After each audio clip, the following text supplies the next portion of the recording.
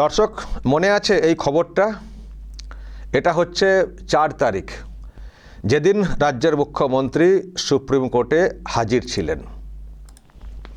যেহেতু ওই দিন নতুন একটা ডেট দেওয়া হয়েছিল 9 তারিখ অর্থাৎ সোমবার, তো তারপরই দেখলাম এই খবরটা সামনে এলো যে ফের সুপ্রিম কোর্টে নিজে সওয়াল করবেন মমতা, সোমবারও দিল্লিতে একই ভূমিকায় থাকবেন।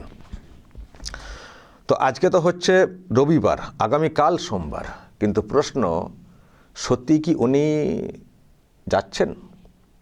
সত্যি কি উনি আগামীকালও সুপ্রিম কোর্টের এজলাসে হাজির থাকছেন, নাকি এবার আর যাবেন না? দর্শক, কোনো খবর আছে? আমার কাছে এখনও পর্যন্ত সেই অর্থে সেই খবর নেই। তবে যেহেতু এখনও অনেকটা সময় বাকি আছে, ফলে অপেক্ষা করতে হবে কোনো খবর আসে কিনা। কিন্তু দর্শক, উনি যাবেন কি যাবেন না সেটা ওনার বিষয়, বা সেটা আমরা আরও পরে বুঝতে পারবো। কিন্তু যে খবরটা আমরা নির্বাচন কমিশন সূত্রে পাচ্ছি সেটা হচ্ছে যে নির্বাচন কমিশন কিন্তু কোমর বেঁধে বসে রয়েছে, কোমর বেঁধে বসে রয়েছে যে আর একবার আসুন, আর একবার আসুন, আগামীকাল একবার আসুন, তারপর দেখব। মানে ওনাকে আগামীকাল যদি পাওয়া যায়, যদি যান উনি, ওনাকে এজলাসের ভিতরে যারা বিচারপতি আছেন সেই বেঞ্চের সামনে পুরো নাস্তানাবুদ করবে নির্বাচন কমিশন। এই খবর দর্শক আমার কাছে একেবারে পাক্কা সূত্রে এসছে। ওনাকে ভরা এজলাসে পুরো নাস্তানাবুদ করবে নির্বাচন কমিশন, অবশ্যই যুক্তি দিয়ে আইনি ব্যাপার ভাবে, অন্যভাবে না, যেটা টিএমসি করে থাকে, উল্টোপাল্টা বলে কুৎসিত মন্তব্য করে, ওই টাইপের না। যুক্তি দিয়ে, আইন দিয়ে, সব কিছু একেবারে লজিক্যালি পুরো নাস্তানাবুদ করবে নির্বাচন কমিশন আগামীকাল যদি মুখ্যমন্ত্রীকে এজলাসে একবার পায়। ওই দিন তো যেটা করেছেন সবটাই তো হয়েছে একতরফা এবং বলাও হয়েছে কমিশনের তরফ থেকে। আমি দেখেছিলাম তুষার মেহতা, তিনি পরিষ্কার বলেছেন যে আজকে যেটা হচ্ছে সবটাই হচ্ছে ওয়ান সাইডেড। কিন্তু আমাদেরও বলার আছে, পিটিশন আছে, আমরাও বলবো। তো নতুন একটা ডেটের কথা উনি বলেছিলেন, তো তারপর বেঞ্চ নতুন ডেট দেয় 9 তারিখ। তারপর ওই খবরটা সামনে আসে যে উনি ফের যাবেন। এখন দর্শক, নিশ্চয়ই আপনাদের মধ্যে হয়তো কৌতূহল যে কোন কোন দিক দিয়ে ধরবে নির্বাচন কমিশন যদি উনাকে পাওয়া যায়। উনি আর কি বলবেন? উনি তো যেটা গতকাল মানে 4 তারিখে যেটা বলেছিলেন সেই রকমই হাউ ওই রকম করবেন। যুক্তি বলে তো কিছু থাকে না। কোনো যুক্তি থাকে কি? দেখেছেন তো আপনারা, প্রধান বিচারপতি পরিষ্কার বলছেন যে আপনি বলছেন ঠিক আছে, কিন্তু আপনার তো সব আইনজীবীরা এখানে রয়েছেন, তারা সব দক্ষ সিনিয়র, তারা তো লড়ছেন। মানে এই বক্তব্যের মাধ্যমে প্রধান বিচারপতি যেটা বোঝানোর চেষ্টা করেছিলেন যে আপনি কেন এসছেন, আপনি কেন এইসব বলছেন বলুন, আপনাকে হয়তো আমি সময় দিচ্ছি, কিন্তু আপনাদের তো আইনজীবীরা এখানে আছেন, তো আর সত্যি তো অনেকে ছিলেন।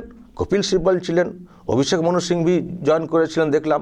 ওখানে ডিরেক্টলি এজলাসে সব নামী উকিলদেরকে দাঁড় করানো হয়েছে, এদিকে পাশে কল্যাণ ব্যানার্জি। তো আপনি আবার কেন এইসব বলছেন? এটা আর কি বলার চেষ্টা হয়েছিল। এবং সেই সঙ্গে আর একটা কথা, যে আপনি যে কথাগুলো বলছেন এগুলো তো অলরেডি আমরা শুনেছি, অনেকটাই শুনেছি, তো কেন এসব বলছেন? তো ওনাকে চুপ করানোর চেষ্টা হয়েছিল, কিন্তু ওই চুপ করব না, আর মহিলা হিসেবে একটা অ্যাডভান্টেজ নেওয়ার একটা চেষ্টা। আবার মুখ্যমন্ত্রী স্যার হুজুর না কি সব মাইলড করে বলছিলেন না, একটু বলতে দিন, বলতে দেওয়া হয়েছিল, ওই বলা ভাষণ, পলিটিক্যাল ভাষণের মতো। তো যখন নিজেই বলবেন তাহলে কেন এত আইনজীবীকে নিয়ে গেছেন? যে কোনো একটা করতে হবে তো। আর যখন আইনজীবী নিয়ে গেছেন তো তাদেরকে বলতে দিন না। তা আপনি কি করতে এসছেন? দেখুন, উনি কি করতে ওখানে গিয়েছিলেন সে তো পরিষ্কার, তো রাজ্যের মানুষও তো বুঝতে পারছেন যে উনি কেন গিয়েছিলেন। উনি তো মার্কেটিং করতে গিয়েছিলেন। উনি তো ভালো করে জানেন যে এইসবে কিছু হবে না, এইসবে কিছু যেগুলো উনি বলে থাকেন যে এসআইআরকে স্টপ করে দেবো, মাইক্রো অবজারভারকে বাতিল করে দেবো, উনিও ভালো করে জানেন সম্ভব না, কারণ যুক্তি আইন সেটা বলে না। কিন্তু উনি সবটাই আনাড়ি যুক্তি নিয়ে চলার চেষ্টা করেন, দেখো গো, এবং যেটা বলছিলাম যে ওখান থেকে বেরিয়েই একেবারে দেখতে শুরু করলেন, পুরো সোশ্যাল মিডিয়াতে বিজ্ঞাপনে ভরে গেল টিএমসির তরফ থেকে দিদিমণি লড়াই করতে গেছেন বাংলার মানুষের জন্য, বাংলার মানুষের জন্য। কিন্তু যখনই মানুষ প্রশ্ন করছেন লড়াই করে কি এনেছেন, কি পেয়েছেন, ওই তো লাড্ডু নিয়ে চলে এসছেন, কি পেয়েছেন, কি হিয়ারিং করলেন, মানে সওয়াল করলেন, চিৎকার চেঁচামেচি করলেন, তারপর নতুন ডেট পড়ে গেল, ওদিকে কমিশন বলে দিল আমাদেরও বলার আছে, বাস হয়ে গেল। আপনি যেগুলো বলতে গিয়েছিলেন, মানে এসআইআরকে স্টপ করা বা মাইক্রো অবজারভারকে বাতিল করা, তারপরে আধার কার্ডকে অ্যালাউ করা, আরও কত কী, এবং মাঝখানে তো একটা নতুন খবর এসছে ডোমিসাইল সার্টিফিকেট, সেটা নিয়েও তো গতকাল একটা ডিরেকশন দিয়েছে কমিশন যে যা খুশি সার্টিফিকেট ইস্যু করে দেবো, সেসব কিন্তু হবে না। ডোমিসাইল সার্টিফিকেট সেগুলোকেই গ্রহণ করা হবে যেটা 99-এর যে অর্ডার কপি ছিল, তখন ওই প্যারা মিলিটারি ফোর্সের ওই নিয়োগের ব্যাপারে তখন একটা আইন করা হয়েছিল ডোমিসাইল সার্টিফিকেটের, সেই নিয়ম গাইডলাইন মেনে যাদের সার্টিফিকেট আছে সেগুলোই একমাত্র গ্রাহ্য হবে। বাকি যে খুশি ভিডিও দিয়ে দিলেন, পঞ্চায়েত থেকে দিয়ে দেওয়া হলো, ওইসব কিন্তু চলবে না, চলবে না। অনেককে তো অলরেডি দিয়ে তো হিয়ারিংয়ে তো পাঠানো হয়েছিলাম, জানি না তো তাদের কি ভবিষ্যৎ দাঁড়াবে। তো কিছুই তো করতে পারেননি না, আধার কার্ডকে পুরোপুরি করতে পারলেন না, ডোমিসাইল সার্টিফিকেটকে আপনাদের ইচ্ছে মতো ইউজ করার একটা রাস্তা বের করতে পারলেন না, মাইক্রো অবজারভারদেরকে তাদের কাছ থেকে বিরত করতে পারলেন না, মানে এসআইআরকে মানে স্থগিত করতে পারলেন। অনেক বলার চেষ্টা হয়েছিল যে অনেক বছর সময় লাগবে, এত দ্রুত কেন, এত হিয়ারিং বাকি, কিছুই তো করতে পারেননি। ফলে বাংলার মানুষ তো পরিষ্কার বুঝতে পারছেন যে আপনি লাড্ডু নিয়ে ফিরেছেন। ফলে এই বিজ্ঞাপন করে আর কী লাভ হচ্ছে? বাংলার মানুষের জন্য রাজ্যের মুখ্যমন্ত্রী সুদূর দিল্লিতে গিয়ে সুপ্রিম কোর্টে হাজির হয়ে লড়েছেন। তো এইসব বলার কি অর্থে বাচ্চাদেরকে বোঝাচ্ছেন না কি? মানুষ কি বোঝেন না বিষয়টা? তো মানুষ বুঝছেন, তারা রিয়াকশনও দিচ্ছেন। আমি দর্শক কয়েকটা রিয়াকশন তো সামনে এনেওছি, এমনকি মৌলবী যারা, তারাও পরিষ্কার বুঝতে পেরে গেছেন যে কীরকম ঢপ মারছেন দিদিমণি। আর নাম ভুল, এই ভুল সেই ভুল, তার জন্য সুপ্রিম কোর্টে গিয়ে করতে হবে? নাম ভুল, সেটা আপনার অফিসাররা এখানে কাজ করছেন, তাদেরকে বলুন না একটু কেয়ারি হতে, তাদেরকে বলুন না যেগুলো ভুলভ্রান্তি হচ্ছে টেকনিক্যাল এগুলো ঠিক করে দিয়ে আপনারা কাজটা কমিশনকে মানে সাহায্য করুন পুরোপুরি, যাতে করে এত নোটিশ বা এত হেনস্থার শিকার না মানুষকে হতে হয়। এটা বললেই তো হয়ে যেত। আপনার আন্ডারে তো সব লোকজন কাজ করছেন, আপনার আন্ডারে লোকজন কাজ করছেন, আপনার কর্মচারী যারা তারা কাজ করছেন, আর আপনি সুপ্রিম কোর্টে গিয়ে নালিশ করতে যাচ্ছেন, নাম সব বানান ভুলে এই করছে সেই করছে, ব্যানার্জি বন্দ্যোপাধ্যায় নামে ইংরেজিতে ভুল, সেটার জন্য ডেকে পাঠানো হচ্ছে। এটা ন্যাকামো হচ্ছে নাকি? বানানো তো এদিক ওদিক তো হবেই, তো সেটা ঠিক করার যদি সদিচ্ছা থাকে আপনার, তো আপনাকে সুপ্রিম কোর্ট কেন যেতে হবে? আপনার অফিসারদেরকে বললেই তো হতো যে আপনারা জানেন তো বাংলাতে এরকম নাম এদিক ওদিক হয়, আপনারা নিজেরা কেয়ারি হবেন, যত্নবান হবেন, মানুষকে অহেতুক নোটিশ পাঠানোর দিকে যাবেন না, নিজেরা ঠিক করে নেবেন, বাড়িতে দরকার হয়ে গিয়ে কাজ করতে সাহায্য করবেন, এবং কমিশন যেমন বলছে সেই মতো করে চলবেন।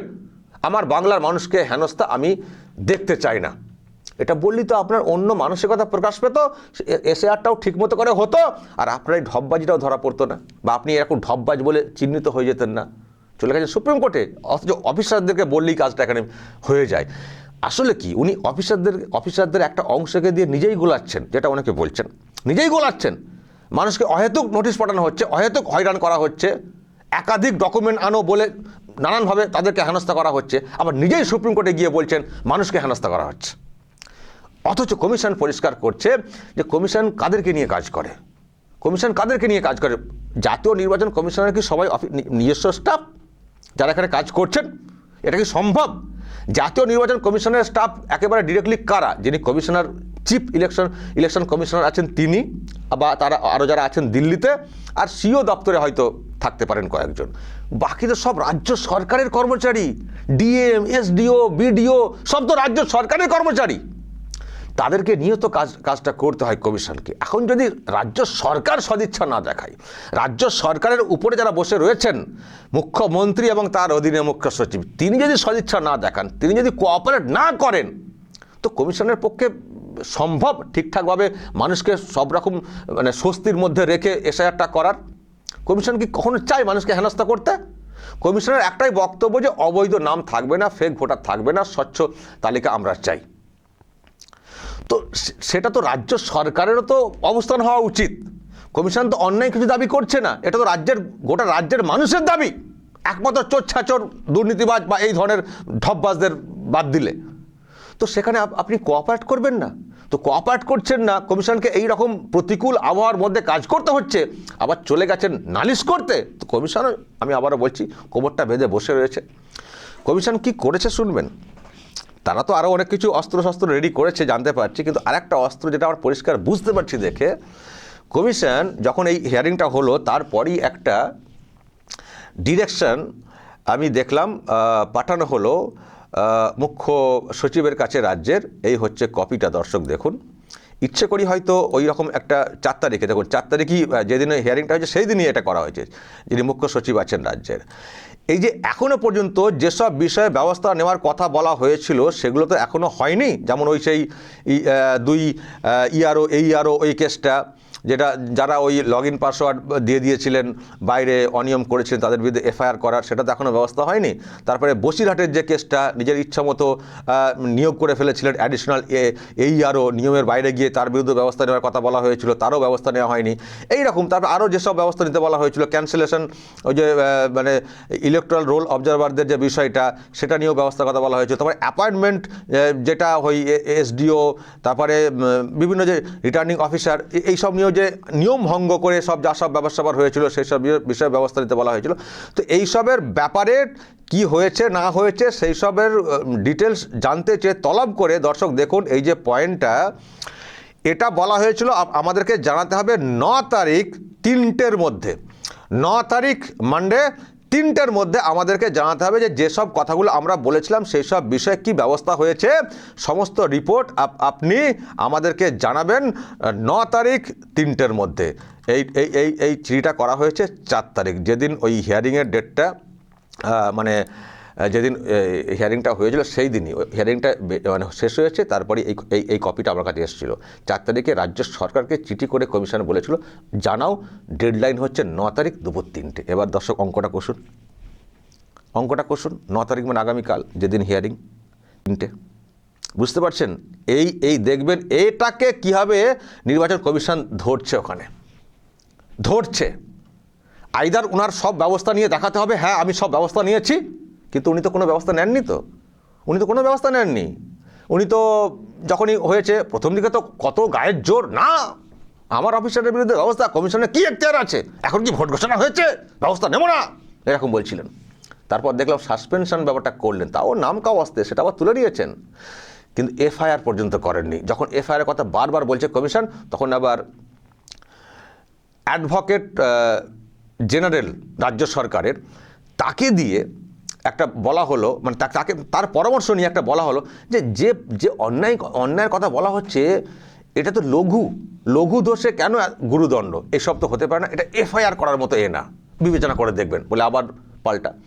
বসিরহাটে যে কাণ্ডটা ঘটলো, যে ইচ্ছে মতো অ্যাডিশনাল এইআরও নিয়োগ করে নেওয়া, সেটাও অন্যায় হয়েছে, তার বিরুদ্ধে ব্যবস্থা নেওয়ার কথা বলা হয়েছিল, সেটাও আবার বলেছে রাজ্য সরকার যে না একটু ক্ষমার চোখে দেখুন, এরকম মানে সবাইকে বাঁচানোর চেষ্টা করেছেন উনি। আর যেসব আরও অর্ডার ইত্যাদি ক্ষেত্রে, এবং সব থেকে এই যে যাদেরকে দিয়ে কাজ করতে চাইছে কমিশন, তাদেরকে নিয়োগের যে বিষয়টা, সেটাও তো কমিশনের যে নিয়ম রয়েছে সেটাকে ফলো করা হয়নি। তো শুভেন্দু অধিকারী তো অনেকবার দেখবেন এটা নিয়ে সরব হয়েছেন, ফলো করা হয়নি, যাকে তাকে এইআরও বানিয়ে দেওয়া হয়েছে, যেটা নিয়মের বাইরে, বারবার কমিশন বলেছে, তোয়াক্কা করা হয়নি।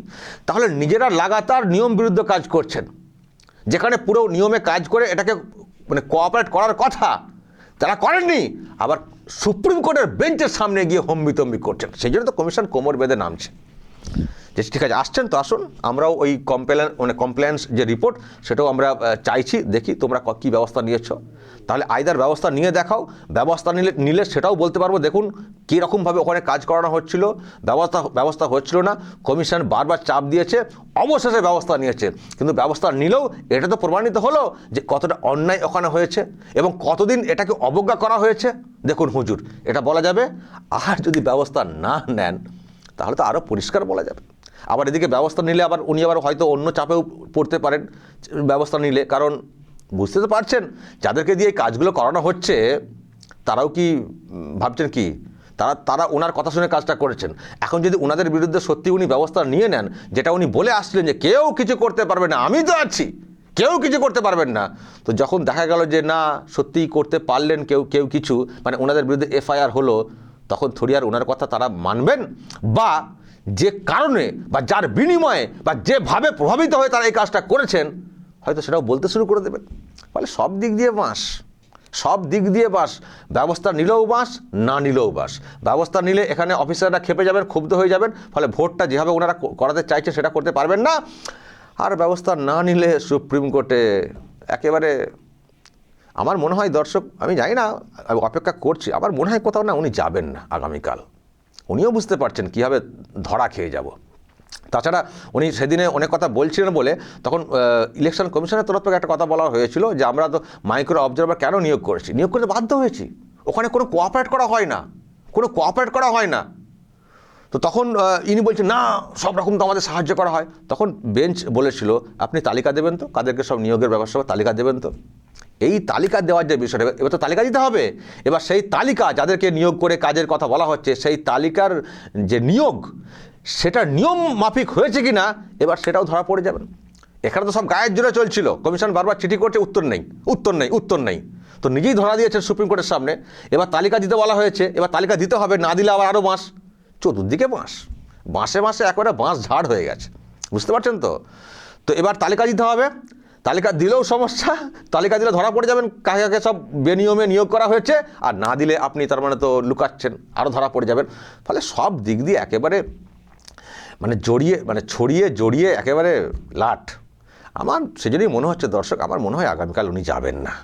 আমি একটা কথা বলবো শেষে, যদি দম থাকে দিদিমণির, আর একবার যান আগামীকাল সুপ্রিম কোর্টে। আমরাও দেখতে চাই আপনি কি সওয়াল করছেন আর আপনার পর্দাটা কীভাবে ফাঁস করছে নির্বাচন কমিশন, আমরাও দেখতে চাই। আপনি যান, আরও একবার যান, আপনাকে যেতে হবে। আপনি তো খুব সাহসী নেই, বাঘী নেই। আপনি একদিন ওখানে কিছু কথা বলেছেন, তাই নিয়ে তো আপনার দলের লোকেরা কত কি প্রচার করছেন। আপনাকে যেতে হবে, যান, আমরাও আপনার দম দেখতে চাই। আগামীকাল আপনি এজলাসে হাজির থাকবেন। যদি না থাকেন তাহলে আমরা পরিষ্কার বুঝে নেব আপনি কেন থাকেননি। তারপর কি বলবো সেটা কালকে, আজকে আর কিছু বলছি না। দর্শক বলবেন আপনারা, আপনাদের কি মনে হয় যাবেন আগামীকাল রাজ্যের মুখ্যমন্ত্রী? দর্শক বলবেন আপনারা, এবং গেলে আর কোন কোন যুক্তি দেখানো উচিত কমিশনের, যদি আপনাদের কাছেও কিছু ইনপুট থাকে। কালকে তো শুভেন্দু অধিকারী আবার একটা নতুন তথ্য দিয়েছেন যে মাইক্রো অবজারভারের সই নকল করে নাকি আবার কী সব করা হয়েছে। বুঝতে পারছেন কত রকমের সব অসঙ্গতি বা অভিযোগ আসছে, চারিদিকে বেনিয়ম, চারিদিকে বেনিয়ম। তাতেও বলছে ফের ক্ষমতায় ফিরবো। দেখা যাক না কত ক্ষমতায় ফিরতে পারেন। পরিস্থিতি যেদিকে যাচ্ছে দিনের পর দিন, যতই আপনি বা আপনারা দান ছত্র করুন, মানুষ কিন্তু পরিষ্কার বুঝে গেছেন আপনারা অ্যাকচুয়ালি কীভাবে সরকারটা চালাতে চাইছেন। মানুষও তৈরি, তবে তার আগে এখন কমিশনে যে কাণ্ডটা আপনি নিজে থেকে করেছেন, না ওখানে যাবেন না নতুন করে ফাঁসবেন। তো যখন গেছেন এবার আপনাকে উত্তর দিতে হবে। তো দেখা যাক আপনি উত্তর দিতে ওখানে হাজির থাকেন নাকি বদ্ধ ঘরে চুপচাপ লাইভ স্ট্রিমিং বসে বসে শোনেন, সেটা দর্শক আগামীকাল আমরা বুঝতে পারবো। দর্শক বলবেন যা বলার এবং নজর রাখবেন আরামবাগ টিভিতে।